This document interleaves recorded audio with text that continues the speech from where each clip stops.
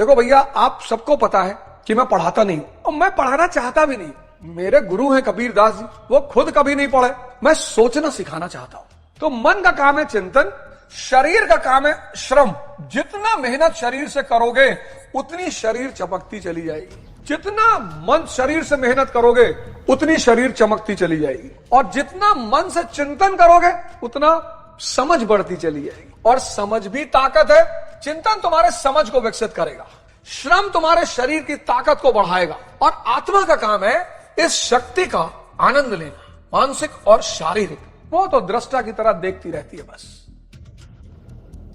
प्रतिदिन समय नहीं जा रहा है, जिंदगी का एक हिस्सा जा रहा है जो लौट के आने वाला नहीं है, जिसको आप लोग हल्के में लेने के लिए कहते हैं समय बीत रहा है। जीवन का एक हिस्सा बीत रहा है आपका, कभी लौट के नहीं आएगा। तो अगर वाकई अच्छा स्टूडेंट बनना है तो खुद में पता होना चाहिए कि जब मैं पढ़ रहा हूं तो मेरे अंदर 3 प्रकार के इंसान होने चाहिए या 3 प्रकार के मोड होने चाहिए। मैं पढ़ रहा हूं तब वो मोड कौन कौन से हैं, ध्यान से सुनना। वो मोड है 3: लर्निंग, प्रैक्टिस, इंटेस्ट। ये 3 मोड है पढ़ने के। ये तीनों काम जब आप कर रहे होते हो, ये 3 टाइम काम कर रहे होते हो आप, ये समझना यार। तू अगर खुद से ही ये सोच के बैठा है कि तू एवरेज है तो तेरे को लगता है कि दुनिया मौका देगी तेरे को कि हाँ यार ये तो एवरेज है, इसको आगे जाने देते हैं, आईआईटी में सेलेक्ट हो जाए यार, करियर बन जाए। बेटा कुचल देंगे लोग तेरे को तो सबसे पहले ये चीज समझ आनी चाहिए कि भाई अपने आप को एवरेज बोलना बंद कर, ठीक है। अपनी मेहनत को बढ़ा। अगर तेरे को रियलिटी भी पता है तो प्लीज अपनी मेहनत को बढ़ा और लड़ना सीख ले, क्योंकि हारने वालों के लिए बेटा यहाँ जगह नहीं। रियलिटी बता रहा हूं मैं तेरे को। तो अपने आप को डिमीन करना बंद कर, अपने ऊपर मेहनत करना स्टार्ट कर, अगर तेरे को लग रहा है कि तू एवरेज भी है। कौन सी मूवी आई है? सायनारा उसका सैयार। देख के रो रहे, पता नहीं क्या है। एक लड़का रो रहा था तो उससे किसी मुझे क्या हुआ, कहा मुझे 1 घंटा रोया, कहा मुझे अपनी पुरानी गर्लफ्रेंड की याद आ रही थी। उसके दोस्त ने कहा तेरी गर्लफ्रेंड तो थी ही नहीं। तो फिर इस बात में वो 2 घंटा और रोया कि मेरी तो थी ही नहीं यार, मैं क्यों रो रहा। मरे हुए लोग रोते हैं, लोग बदलते रहना चाहिए। तो जा रहा जाओ, उसको बाकायदा फेयरवेल देकर आओ। जो भी तुम्हारी जिंदगी में तुमसे कहते कि मैं जा रहा हूं या जा रही हूं, एकदम अभी जाओ, केक मंगाओ, खिलाओ इसको, नेक्स्ट दूसरा लाओ।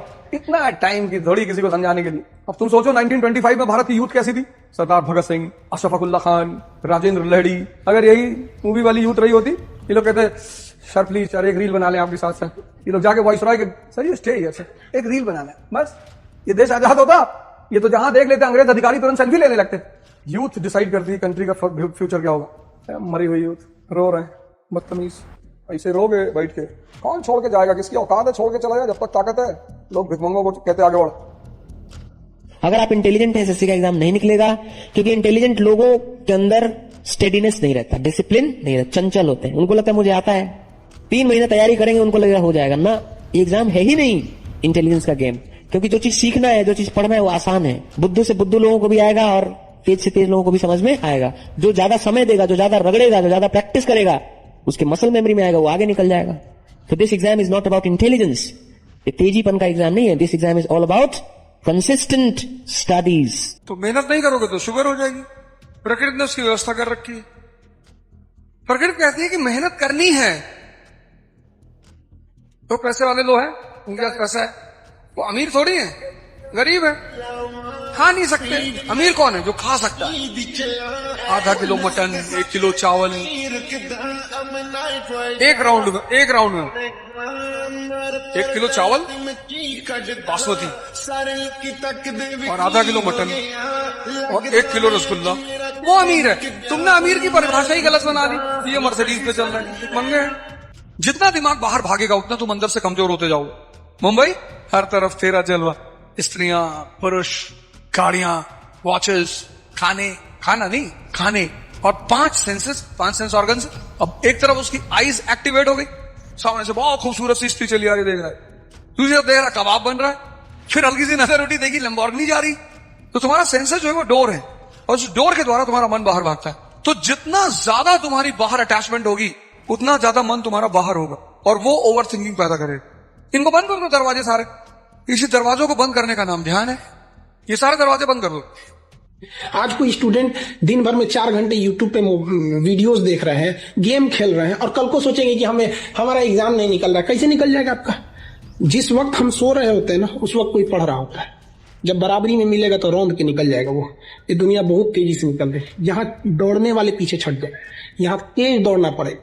कितना डरते हैं लोग कोई मेरी बुराई ना करे, जो मजा बुराई में है। तारीफ मतलब शोषण। जिसने तुमसे कह दिया कि बहुत सुंदर लग रहे हो, कोई ना कोई काम 24 घंटे के अंदर तुमसे लेगा। पढ़ाई यार इतनी मजेदार चीज है, आदमी का पूरा जीवन बदल देती। अगर ये बात मुझे क्लास 10th में समझ में आ जाती तो मैं भी IIT करके इंजीनियर हो जाता। अच्छा वो उस वक्त समझ में नहीं आई, हम कभी नहीं पढ़े स्कूल पढ़ना ही नहीं। इतने लोग समझाते थे ये वो फला, एक आदमी नहीं समझाता था, मेरे फादर। अरे बोला कुछ नहीं होता पढ़ने से, यू एंजॉय। और फादर की बैकिंग से बड़ी दुनिया में कौन सी बैकिंग होती।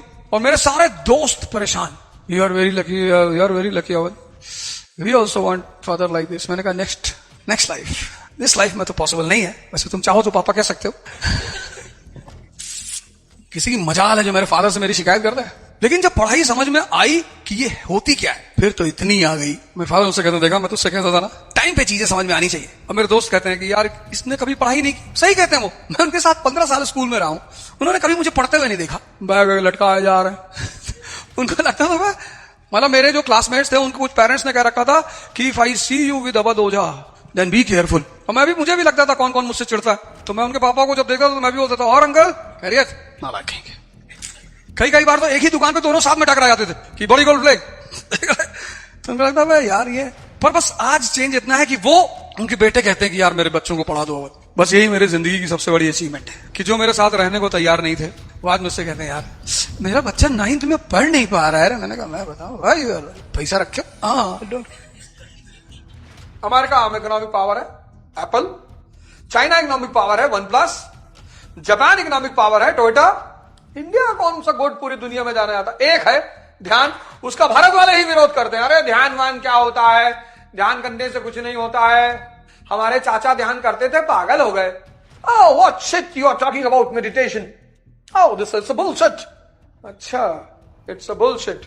ध्यान is a bullshit. It was done by Buddha, Mahavira, Guru Nanak, Kabir Das ji, etc., etc. And it's a bullshit. You jahil, you are destined to be beaten by the rulers. Oh, my life is, मैं तो enjoy करूंगा। कहां करोगे, क्या करोगे भाई enjoy? एक हाथ मार देगा अफगानी, उठोगे नहीं दोबारा। I am born to enjoy. This life is for chill. अच्छा, this life is for chill. Jack and Jill, this life is for chill. मेरे साथ पढ़ना मत, समझ का विकास करना। मैं कुछ और ही बांट रहा हूं इस दुनिया में। कल एक साहब ने कहा आप किसी से नफरत नहीं करते। मैंने कहा हम कौन सा डिजर्व करते थे, सब कुछ भगवान ने दिया है। अब जो आदमी PhD करके पढ़ा रहा है वो डिजर्व करता है। इस दुनिया में ईर्ष्या किसको है, जिनको लगता है कि मैं डिजर्व करता हूं। दुर्योधन को लगता है कि मैं डिजर्व करता हूं। इस दुनिया में कुछ लोगों को लगता है कि मैं डिजर्व करता हूं, दुर्योधन को लगता है कि मैं डिजर्व करता हूं। तुम्हारे लगने से थोड़ी होता है। लेकिन अर्जुन को लगता है कि मैं तो आशीर्वाद पे जी रहा हूं। दोनों के परसेप्शन में फर्क है। इसको ईर्ष्या होगी, इसको कभी नहीं होगी। किसी भी चीज को अगर तुम्हें जानना हो सबसे प्यारा तरीका मूवी, या तो लिटरेचर या मूवी। अगर कभी कोई कॉन्सेप्ट तुम्हें ना समझ में आए उसकी मूवी ढूंढ लो। समाज में जो भी घटता है ना, मूवी उसको प्रेजेंट करती है, लिटरेचर उसको प्रेजेंट करता है। इसलिए मूवी और लिटरेचर बुरी चीज नहीं है। जो पंचायत सीरीज उसको जरूर देखो, तुम्हारे लिए बड़ी यूजफुल सीरीज है। लोकल गवर्नमेंट कैसे काम करती है, उसके सामने क्या क्या चैलेंजेस आती है, तुम नोट्स बना पढ़ने की किताब जरूरत नहीं, तुम्हें पूरी सीरीज में पता चल जाएगा।